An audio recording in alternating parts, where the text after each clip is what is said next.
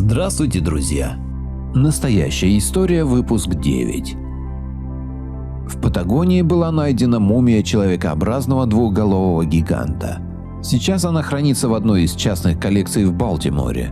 Рост гуманоида составляет 3,5 метра, вдвое больше, чем у современного человека. Он имеет две головы, где и от кого родился гуманоид, неизвестно. Судя по сохранившимся записям, его пленили испанские моряки, прибывшие в Патагонию в 1637 году. Получается, гиганты жили на территории земного шара всего 400 лет назад.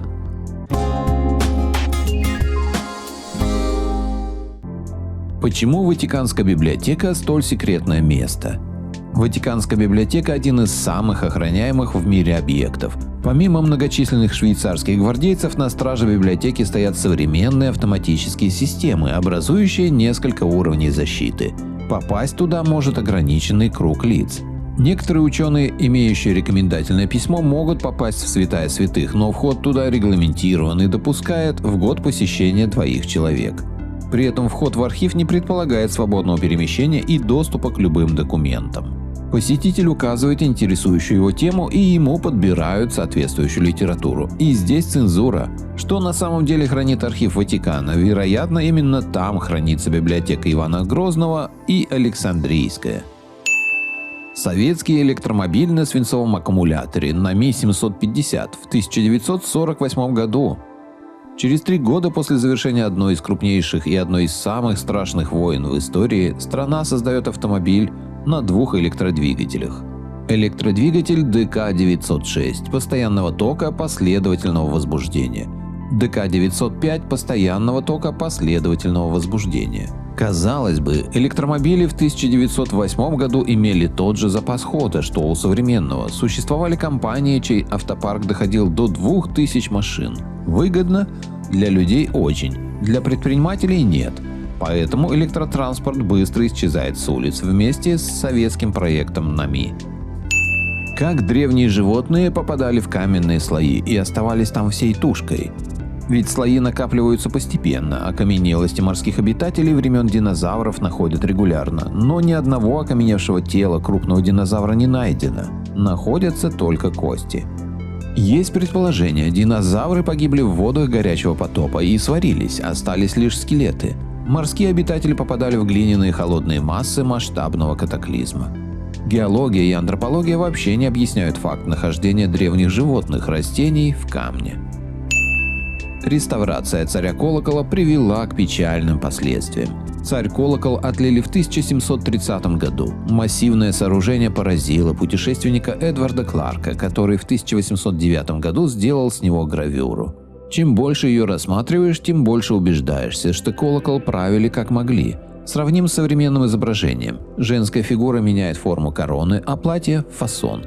Из-под ног обеих фигур исчезли ковры, опоясывающие весь колокол. Если к чему приложил руку месье Монферран, значит можно смело искать исторические нестыковки. Царь Колокол, который Монферран поднял из земли и установил на пьедестал, тоже не стал исключением. Генетики официально заявили о следах австралийских генов в Южной Америке. Считается, что австралийцы прошли, когда территория Берингового пролива была сушей 15 тысяч лет назад. А как древние австралийцы вообще попали в Евразию и выбирались с материка, окруженного океанами, они объяснить не хотят? Ну, маршрут понятен: Австралия, Азия, Северная Америка, Южная Америка. Признать, что тогда существовали корабли, способные проплыть из Австралии в Евразию, невозможно. Это вызов традиционной истории. Миллионы лет уровень кислорода в атмосфере планеты был около 40%, сейчас не выше 20%. Это выявили по анализу пузырьков воздуха внутри янтаря. Уровень кислорода выше, сила притяжения чуть ниже. Добавим теплый климат и получим, что в древности были все условия для того, чтобы флора и фауна того времени повсеместно отдавала гигантизмом. Однако, если изображение гигантских животных, растений и храмов – это норма, ни у кого не возникает сомнений, что все изображения людей гигантского роста – метафора и выдумка. Где логика? На самом деле Афины строились на более древних руинах, как и Петербург. Греция в качестве государства появилась на свет 25 марта 1821 года. Предшествовало ее появлению создание древней истории, в кавычках, которую писали заранее, начиная со второй половины XVIII века. Продвигали эту масштабную аферу именно баварские короли. Вы знали, что первый король Греции Оттон – родной сын Людвига I? Французский географ и историк, член Парижского географического общества Яков Елисеевич Реклин в одном из своих трудов черным по белому писал, что король Боруссии Людвиг самолично выбрал место для столицы эллинского государства у подножия некрополя на месте турецкой деревушки Сетинья. Ананербе – загадочная немецкая организация, документы которой находятся в закрытых архивах. С момента основания с 1933 года Ананербе стала регулярно выпускать специальные обзоры своих работ и открытий. Эти издания получили название «Германские тетради». Всего было подготовлено 110 уникальных выпусков. В одном выпуске опубликовали материалы по раскопкам в Экзерштайне, самом знаменитом языческом храме Германии. Некоторые помещения этого храма на сегодняшний день закрыты для посещения. Существовал и советский проект, аналогичный немецкой системе Ананербе, в котором исследовали древние инопланетные и земные цивилизации. Председатель КГБ СССР Андропов создал ведомство, получившее кодовое название «Ромб». Папки маркировались кодом «Орион». Существовала ли одна глобальная цивилизация? В 1930-х годах обнаружили великолепно сделанную статую из песчаника посреди гватемальских джунглей. Удлиненный череп, тонкие черты лица и другие. Лицо, вырезанное на камне, не похоже на черты майя или другого народа, населявшего земли в доиспанский период, так как населявший территории народ был законсервирован на своем месте обитания. Они не могли знать и догадываться о других формах лица и анатомии. Но подобные головы найдены на острове Пасха. Так кто же к кому плавал, чтобы строить схожие фигуры? При Иване Грозном на Руси водились крокодилы. Посмотрите на иллюстрацию из книги 1768 года. Крестьяне села Безродное отбиваются от крокодилов, напавших на скот. Как выясняется из летописей, наши предки хорошо были знакомы с этими рептилиями. В одной из хроник времени правления Ивана Грозного есть описание. «Крокодил есть водный зверь, яко станет он человека ясти, станет плакать и рыдать, но ясти не перестанет». Крокодилов на Руси держали в зверинцах князья и бояре, чтобы за плату показывать на ярмарках. Об этом пишет посол Сигизмунд Герберштейн в своих записках о Московии. На Руси жили старцы, которые доживали до 300 лет. Они перевелись в 17 веке, старцы жили в глухих лесах, лишь изредка выходили к людям по крайней необходимости.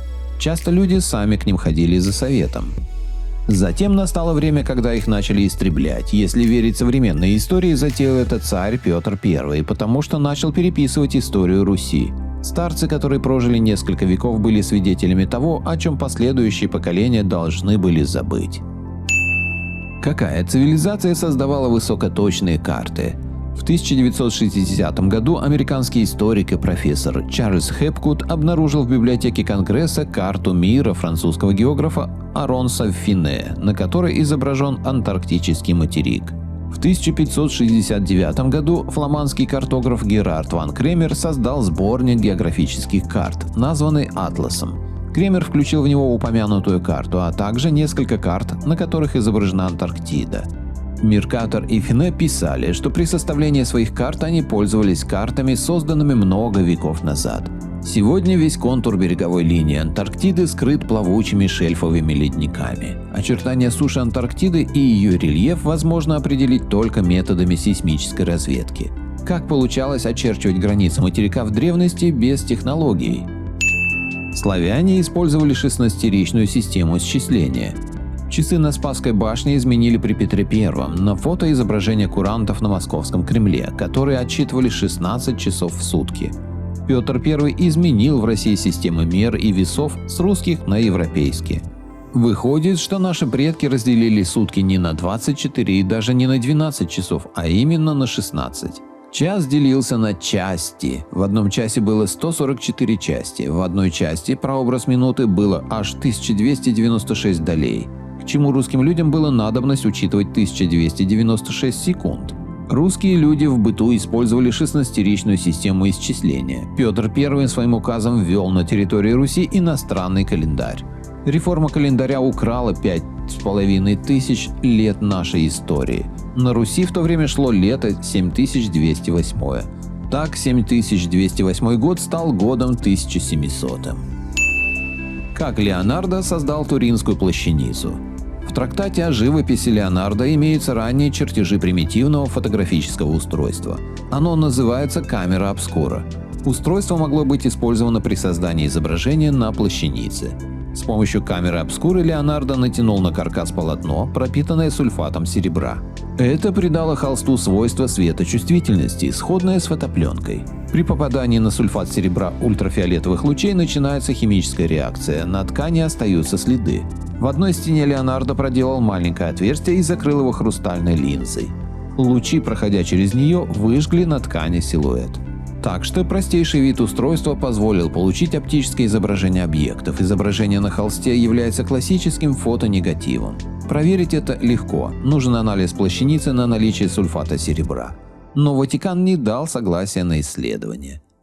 Благодарю всех, кто подписался на мой канал и смотрит мои видео. Ссылка на статью в описании. Поделитесь моим видео в соцсетях с родными, друзьями и знакомыми. Люди имеют право знать все точки зрения. Всем спасибо за внимание, буду рад вас видеть на своем канале снова.